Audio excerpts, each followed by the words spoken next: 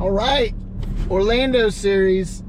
Don't mind my sexy new Miami Hurricane sun hat. This is an Orlando series, and this video. So we're out here at Lake Ivanhoe. It's one of the Fab Five. I'd tell you the other four, but I always stumble through them, and I didn't pre-practice, so I'll just let you look it up. We're right in the heart of downtown. I-4 cuts this lake basically in half, and there's a ton of eelgrass. There's a decent amount of hydrilla. There's some lily pads. There's some good depth. There's some different contours that are good, that can fish well. So there's a lot that this lake has to offer. What it has never quite offered me is like a really excellent day out of fishing. I've never slayed them out here. I've always caught some fish. It seems like I might struggle, but I always get bit, and there's some decent fish in here, man. It's not, it's not nothing. It's a cool spot to fish. There is a boat ramp on the far east end, and that whole end, that east end, it's just a big circle where I-4 cuts it in half. I fished there once, and I'll get into this. So I had this a couple of outings on this lake, had some footage, and I managed to accidentally delete it. So we're out here again, and hopefully we can catch some fish, but it's fine, because we're gonna take what we learned since we've been fishing here a few times in the past couple weeks, and we're gonna apply it, and hopefully it will turn out into some bites. Now, I don't know if I've mentioned this, but it's hot down here in Florida. So it's really hot down here in Florida. So, man, the best bite windows are obviously first light and last light. We're out here, it's the evening time. We got a few hours of daylight left, but there's one specific spot where we need to be at the end, and that's where we're going to be. So that before, when I was fishing here, the last time I was here, I fished the very west area. There's a little lobe that you got to sneak under this little bridge, and that whole little lobe, it's not a big area, has a few docks and a ton of hydrilla. That's like a crazy amount of hydrilla. There's a decent amount of hydrilla in the middle section of this lake that on the west side of I-4, but that little area is just, the whole thing is hydrilla. And that last outing, I was fishing by a dock, and I managed to catch it was like over 5-pounder. That's the biggest fish I've caught out of Ivanhoe, and I was very excited about that, and then I deleted the footage, so this is all hearsay. So we got to go back to that area right as the sun is going down. That's going to be our prime area to target for like that last half-hour glorious bite. That that's the glorious bite window that we have available to us today. And other than that, I definitely want to, this middle section is the section I fish the most. There's like a pinch here where it comes out and it pinches, and then there's deeper water where you're right in front of I-4, and then there's a bigger section out here that's full of eelgrass. That little pinch area that I'm talking about, though, where it's kind of 2 points come out, that's a nice little eelgrass flat where I've had good luck there in the evening times where fish push bait up, and they just, the bite will turn on that little grass flat. But we're gonna fish. We might not go to the far east side. It's just I went over there in one of the last times. For the first time I went and fished over there, and there was nothing per se that stood out to me that was a good fishable area, except for one spot. Right when you tuck under I-4, you go to the right, there's a whole seawall there, and this time of day, it's in the shady area, because the sun's behind us. Then it's on the east side of the lake. That there's this whole shaded area along a seawall. There's some eelgrass, but then it drops along that seawall. It's actually fairly deep water, and there are clumps of hydrilla dotted along that seawall. So we really focused in that area when I finally ducked over to that side, and we didn't catch anything, but if I was going to go to that area, I would hit that spot really quick and see what happens. I wouldn't waste a lot of time over there. I just, like I said, it just didn't see anything that made sense to me. The water over there is way dirtier. It's a lot cleaner over on this side, and especially that little lobe where it's full of hydrilla, there's a lot of clearer water. But so we're gonna probably focus on this side, and like I said, towards the evening we're gonna make our way towards that other end and make sure we're in that lobe and fish around that hydrilla. And like I said, today I brought a bevy of, you know, smaller your smaller chatter baits, more compact spinner bait, some smaller 4-inch swim baits to toss around. But other than that, if we have to, we're gonna slow down. We're gonna drag a little worm. We got some little flukes, you know, that kind of thing. That's standard summertime fishing. You have to slow down to get bit. It's just I mean, not always. Like sometimes you get on a good bite. It's a pre-storm, storm's about to roll in, and you get that crazy bite window right before the storm happens. So we're gonna tool around and see what happens. But I'm bummed that I deleted that footage. I didn't light the world on fire. I think I caught, out of 2 trips out here, the last 2 times I was out here, I caught a total of 4 fish. So like I said, it's a pretty stingy place. It gets pressure, but there are some decent fish out here, and I'm excited to try this again, and hopefully we got a decent result out today. So let's get started.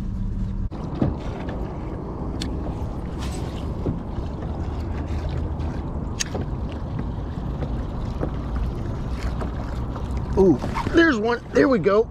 Oh man, there we go. Oh, did he get off? No, he's still on. There we go. Oh, that's a decent one. Oh man, look at that. Look at that. That's okay. I'll take that. I'll take that. That is a way quicker start than we've been having. Oh man, we got a storm kind of bearing down on us. There's some thunder, and man, we got some wind. There's ripple on the surface, and I am not a spinnerbait guy at all in any way, but it just felt like the day for it. And I've definitely caught some fish. It's that mega bass spinnerbait. It's kind of a more compact spinnerbait. You know, it's not like quite a full-size spinnerbait. And I don't know, man, this bait for spinnerbaits definitely gets bit. So that I have some confidence in it, and I just thought, man, we'll chuck it around and see what happens. We're not gonna go crazy with it. If it wasn't gonna get bit, I'd move on. But look at that, a few casts in, we already got one. We're on the board. That's a decent little chunk. It's not nothing. Let's see, this guy, oh man, that's awesome, dude. Love it. So this guy is definitely 16 3/4. Okay. So this is the pinch I'm talking about. You can see there's a big point right here. We're right on top of the grass. There's some pondweed, hydrilla, eelgrass. You can see the hydrilla matted up. And in years past, it was nowhere near this thick. This was mostly an eelgrass flat, but you can see it really mixed in with the eelgrass. There's the other point. So it's kind of a little pinch. And some evenings, man, you know, the bite was insane right here. They were just busting shad and stuff. So I've had some fun times in this lake. It's not that I haven't, but I just wanted to show you guys, man, the expanse of grass that's now in this lake. This hydrilla has really taken off, and it's a whole mat that's covering this whole area. But what we're gonna do is just get on the other side of this and kind of fish that drop in that sparser grass that's a little deeper. And we're also gonna go straight across, and there's like a kind of a deep area along the pillars of I-4, and it's another like hydrilla. But it's like a wall of hydrilla, and it gets deeper water, so you can kind of fish along there. So we're gonna do that as well. We're gonna hit these spots.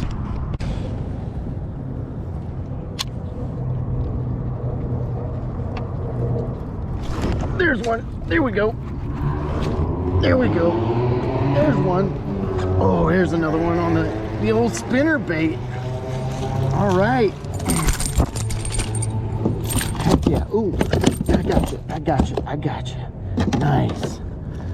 All right, man, I was really about to move out of this area. I'm not seeing as much hydrilla. We got a nice line of lily pads. We had a storm rolling through and it really picked up. I thought it was going to get crazy, so I kind of stuck under the bridge and kind of waited it out. It looks like it's cleared up. I'm going to get out and move around. So I was just kind of buzzing around this area. Man, there's another one on spinnerbait fish. I'll take it.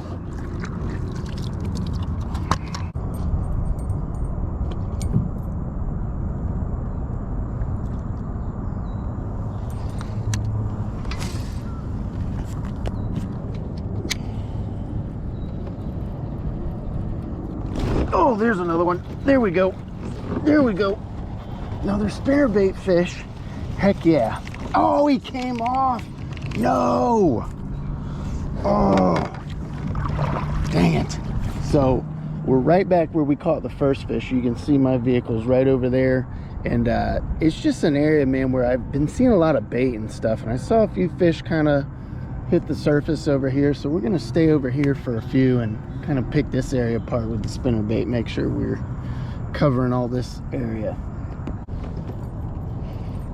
Ooh, we got some schooling activity. Ooh, what's going on here?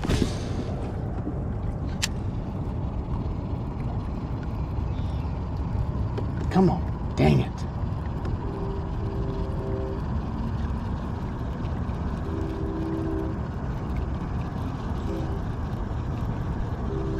Jesus. So much crap on top of the water.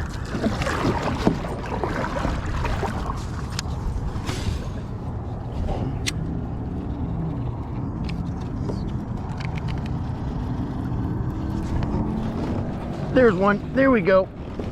There we go. There we go. There's one. Had a little feeding activity, man, out here. I got one out of it. Another little guy. It's something, man. They're eating a spinnerbait. It's a fun time when you can get bit on reaction. I'll say that. I've said that many times. It always holds true. It's a fun way to fish fast. This guy, he's probably a little under a pound. I'm gonna drop him back in. There you go, buddy.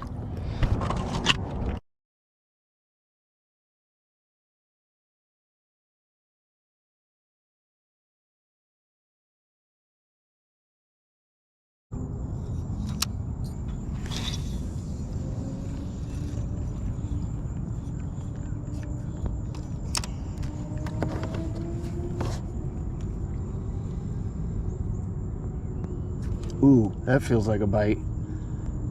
There's one. There's one. That feels good. Oh yeah, there we go.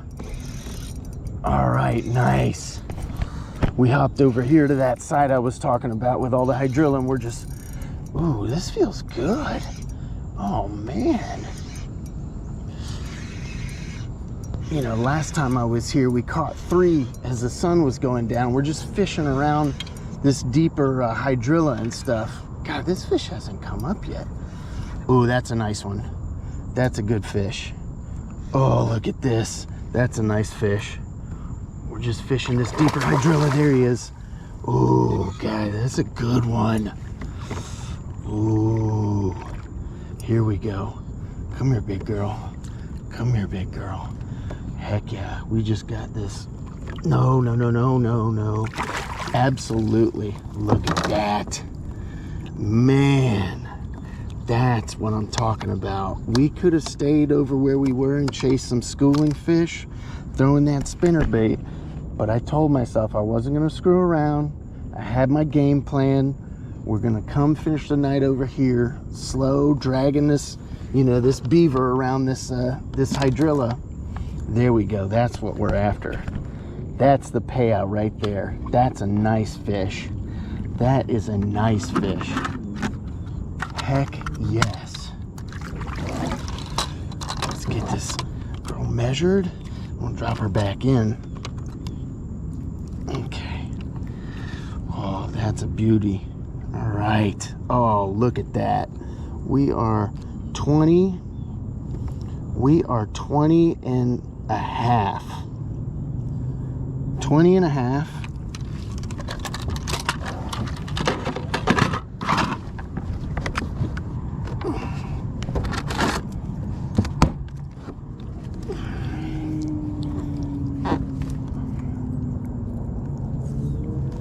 And a half, and we got 13. Yeah, 20 and a half, 13. All right, let's get her back in. That's a nice one. There you go, girlfriend.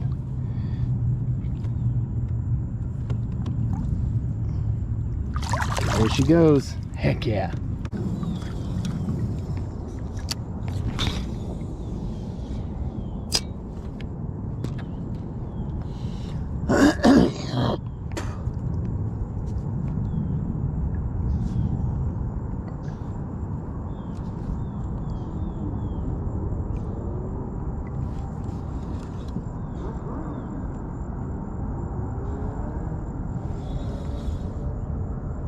Oh, there's a bite.